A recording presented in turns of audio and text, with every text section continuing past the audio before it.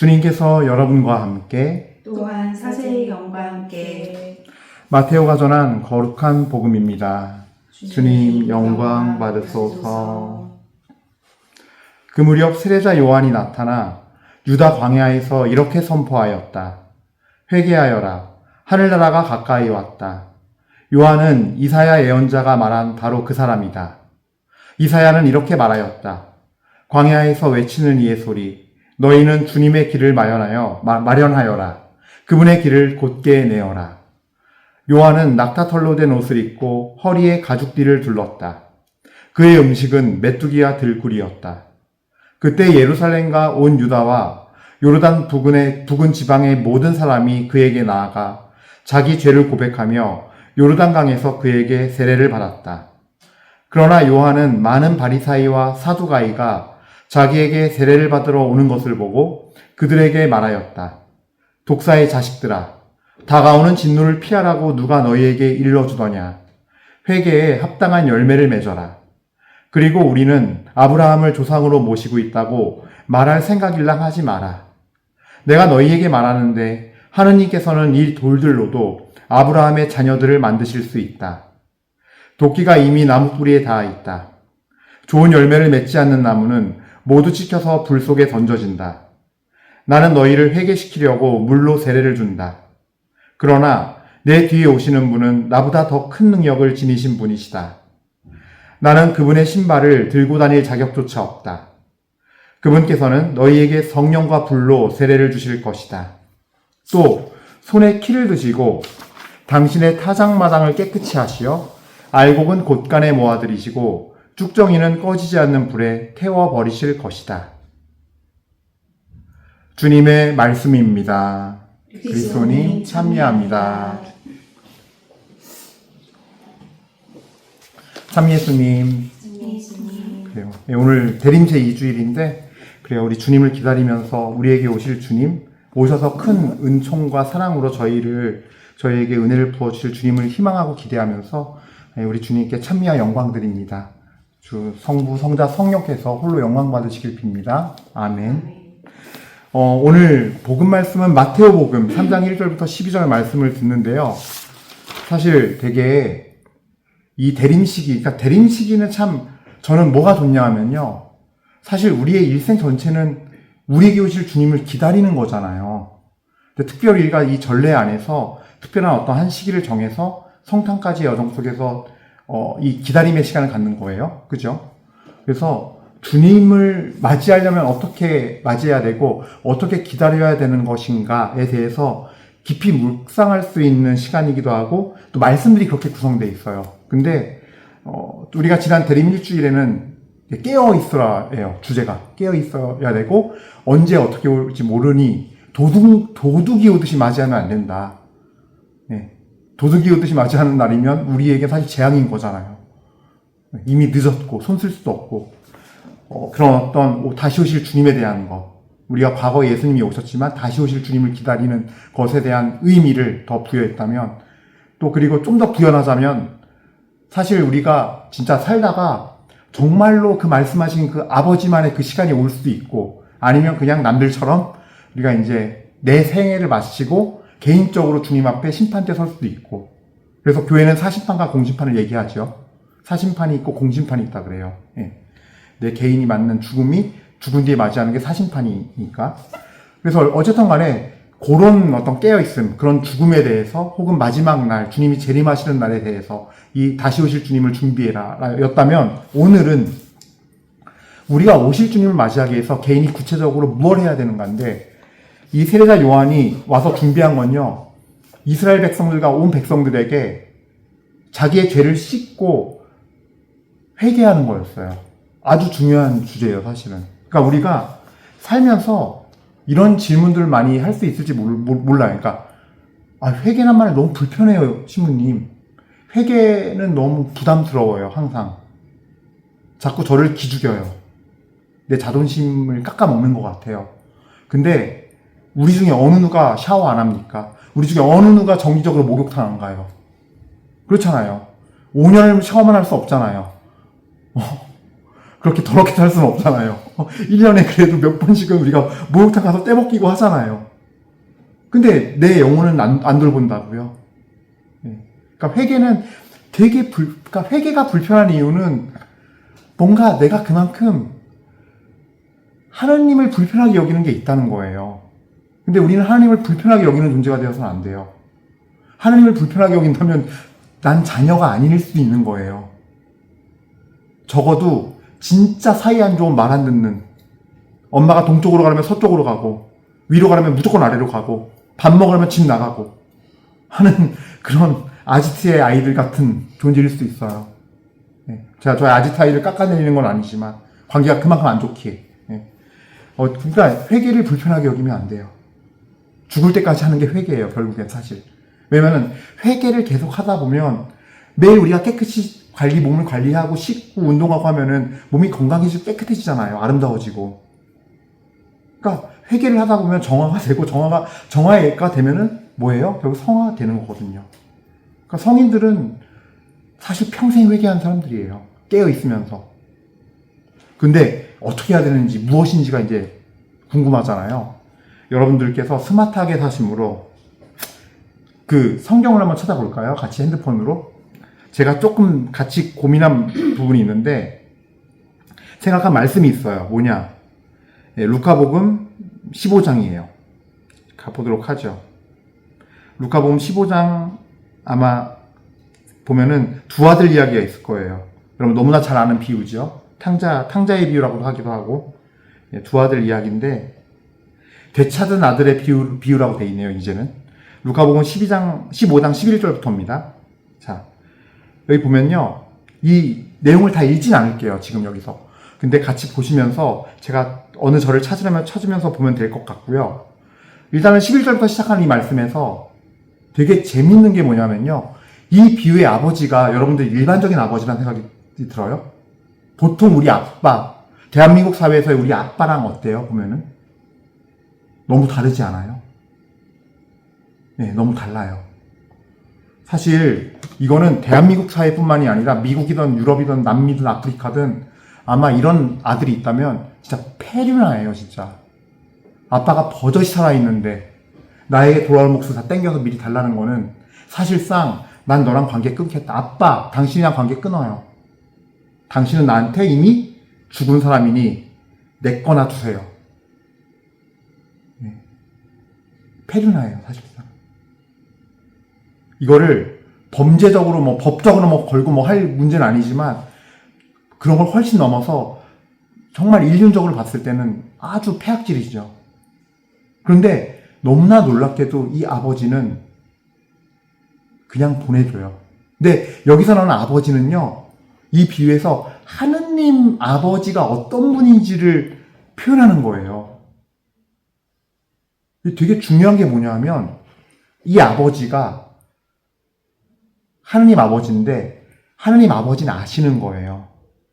저 둘째 아들의 마음속에는 이미 방탕하게 죄로 타락하게 살 결심이 섰기 때문에 죄의 길을 따라가기로 결심했기 때문에 가는 걸 그냥 둘 수밖에 없는 거예요. 두는 거예요. 둘 수밖에 없는 거예요. 정확하게는. 왜? 하느님이 우리에게 주신 가장 큰 하느님성이 뭐예요? 자유의지예요. 그건 하느님이 절대 빼앗지 않겠다는 약속이자 이마고 데이, 하느님의 형상의 가장 첫 번째 요소예요. 중요한 부분이에요. 그걸 건드리지 않는 아버지의 속성이에요. 그래서 우리가 정말 주의해야 할 게 뭐냐면, 좀 그냥 땡겨서 미리 얘기하죠.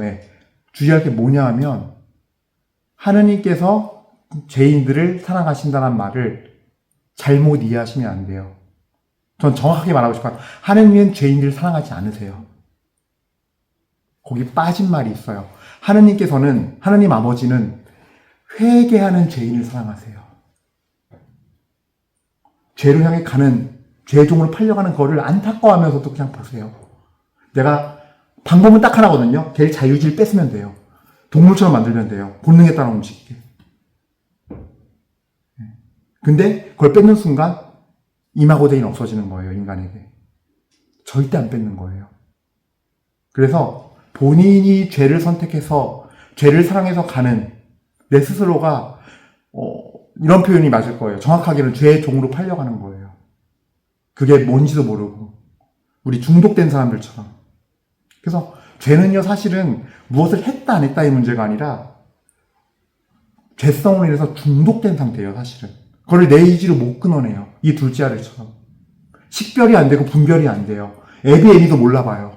네. 두려운 게 없어지는 거예요. 이 좋은 게 좋은 건 줄도 모르고 풍성한 건 줄도 모르고 행복한 건 줄도 몰라요.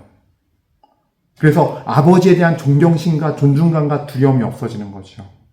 그래서 여러분들 성령, 우리 제일로서 말씀 봤죠. 이사야서를 말씀 봤지만 성령의 7가지 열매 중에 하나, 7가지 은사 중에 하나가 뭐냐면 경외심이에요. 그래서 어쨌든 간에 요건 좀 넘어서 이런 부분들을 이해하고 모셔야 돼요. 근데 이 아들이 다 쓰고 바닥까지 가요. 그래서 이제 한번 같이 볼까요? 자, 17절이에요. 15장 17절부터 한번 같이 제가 읽을 테니까 보세요. 루카복음 15장 17절. 그제야 제정신이 든 그는 이렇게 말하였다. 내 아버지의 그 많은 품팔이꾼들은 먹을 것이 남아도는데 나는 여기서 굶어 죽는구나. 일어나 아버지께 가서 이렇게 말씀드려야지. 아버지, 제가 하늘과 아버지께 죄를 지었습니다. 저는 아버지의 아들이라고 불릴 자격이 없습니다. 저를 아버지의 품팔이꾼 가운데 하나로 삼아 주십시오.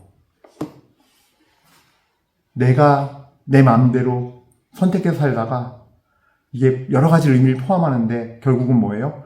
죄에 빠져서 중독돼서 살면 영혼이 굶고 죽기 직전까지 가요. 멸망 직전까지 가게 돼 있어요. 죄의 결과는 죽음이에요, 결국.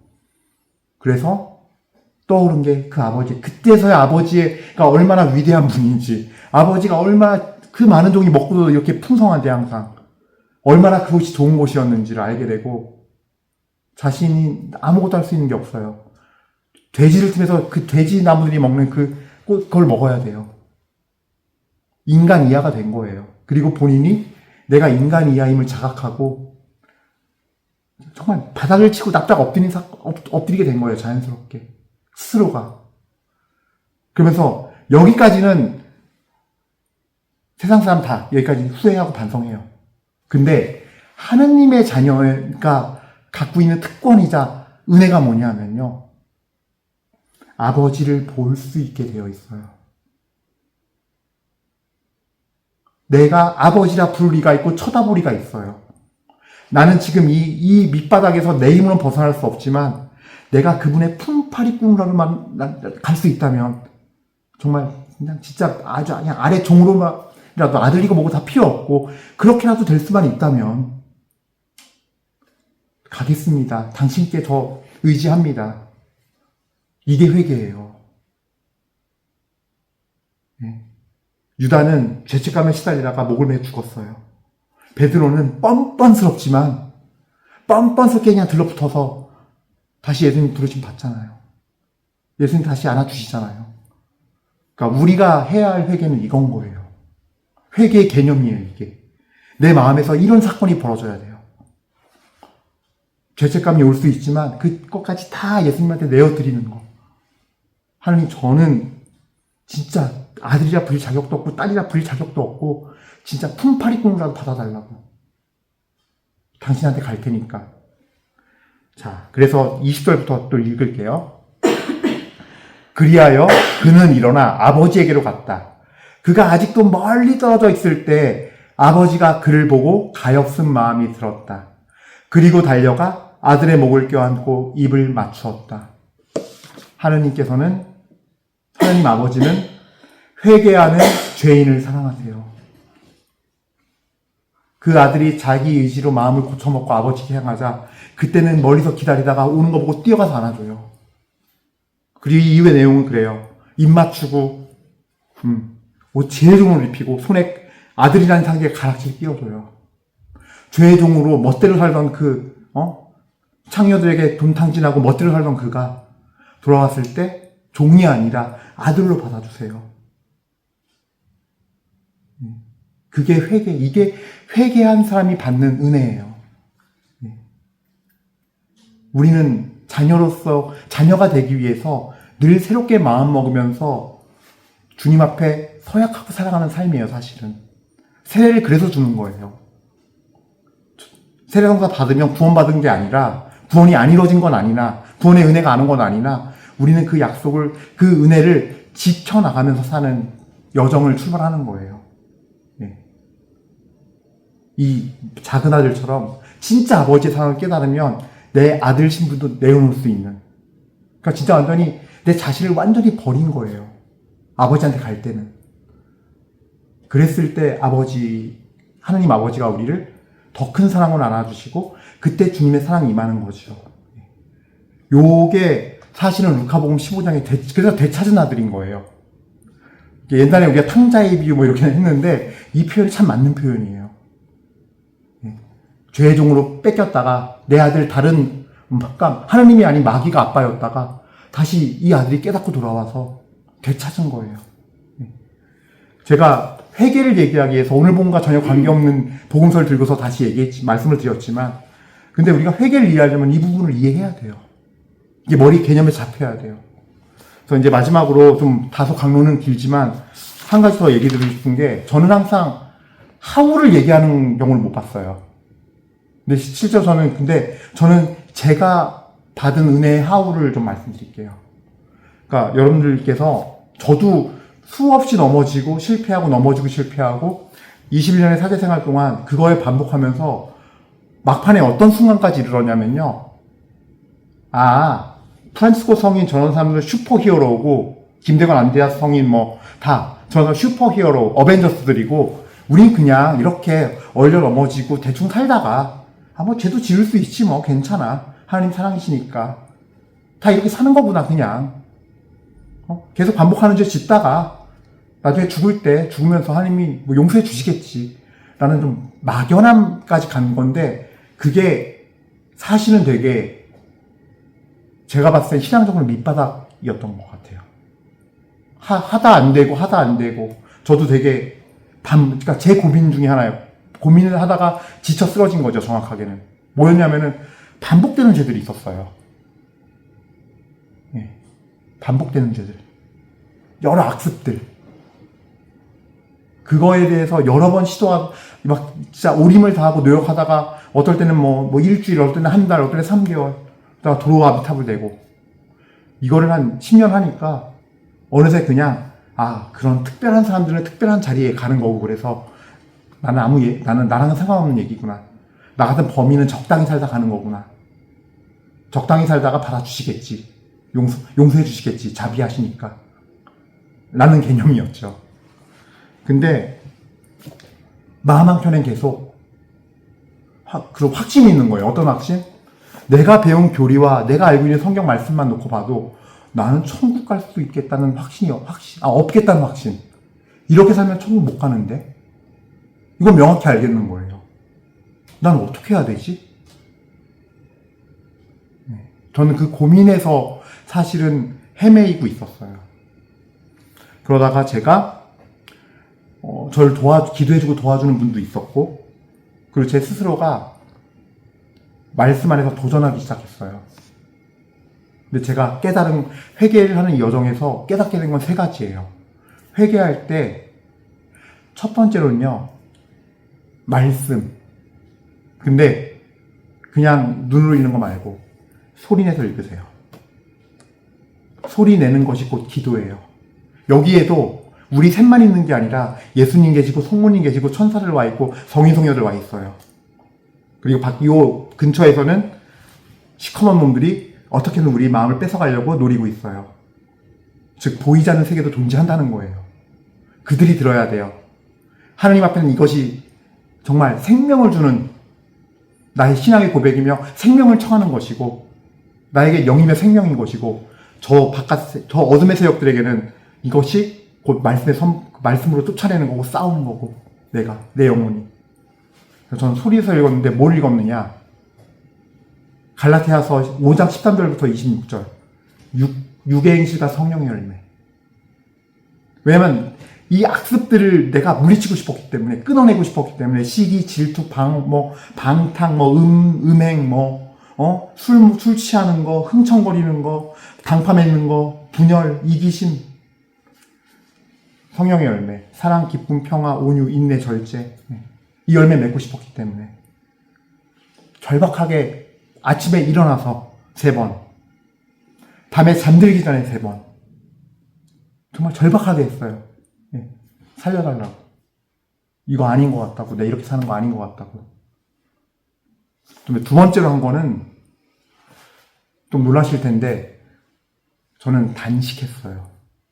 여러분들 아시겠지만, 특히 우리 알겠지만 내 생활을 아지트 가면은 진짜 새벽 막 늦게 오고 막 그러는데 그럼에도 불구하고 한 끼나 두 끼는 단식했어요.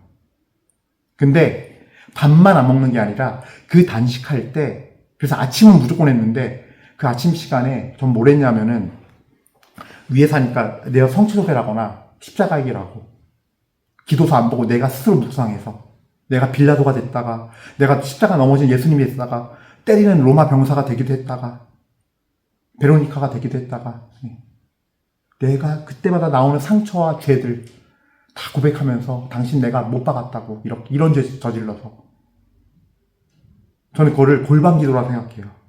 저는 가까우니까 내려서 바로 할 수 있었던 거지 그러지 못하는 보통 사람들은 성막 멀잖아요. 내가 내 자리 마련하고 기도하는 거, 묵상하고 기도하는 거, 이 단식과 기도, 골방 기도. 단식할 때는 그리고 전 아주 중요하게 지켰던 것 중에 하나가 SNS 안 하고 인터넷 안 하고 나가서 누구 만나지 않았고 개인적인 만남들. 마지막으로 핸드폰 안 하고. 이거를 다 4가지를 하면서 내가 하면요 다이어트 하는 거예요. 그냥 간헐적 단식하는 거고. 그렇게 7개월 정도 했던 것 같아요. 근데 어느 날 딱 아침에 일어나서 이제 좀 씻는데 마음 깊숙한 곳에서 예수님, 저 이제 그렇게 안 살 거예요.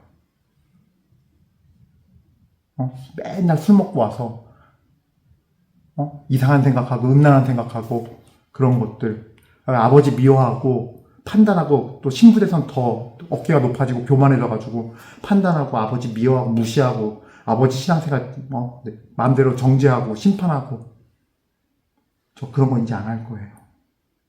이제 더러워서 못 하겠어요, 그런 거. 근데 예수님, 저 어떡해요? 저 이제 다른 길이 없어요. 저 이제 당신만 따라가야 돼요. 저 책임져 주세요.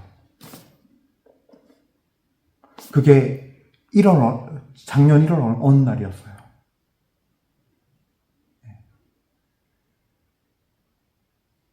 그리고서 진짜 확 바뀌었어요.